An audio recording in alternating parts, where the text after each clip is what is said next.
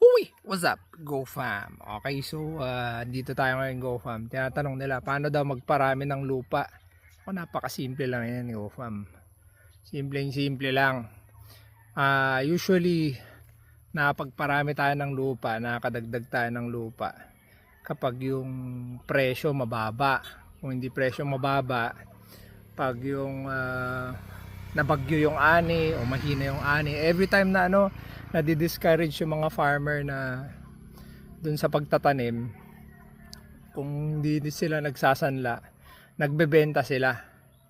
So parang kahapon nagdagdag na naman tayo ng 4 ay 5 dagdag tayo ng 5, tapos ngayon na naman nagdagdag na naman tayo ng 5. Ganun lang, nakakasawa na nga kasi masyado ng maraming lupa GoFam.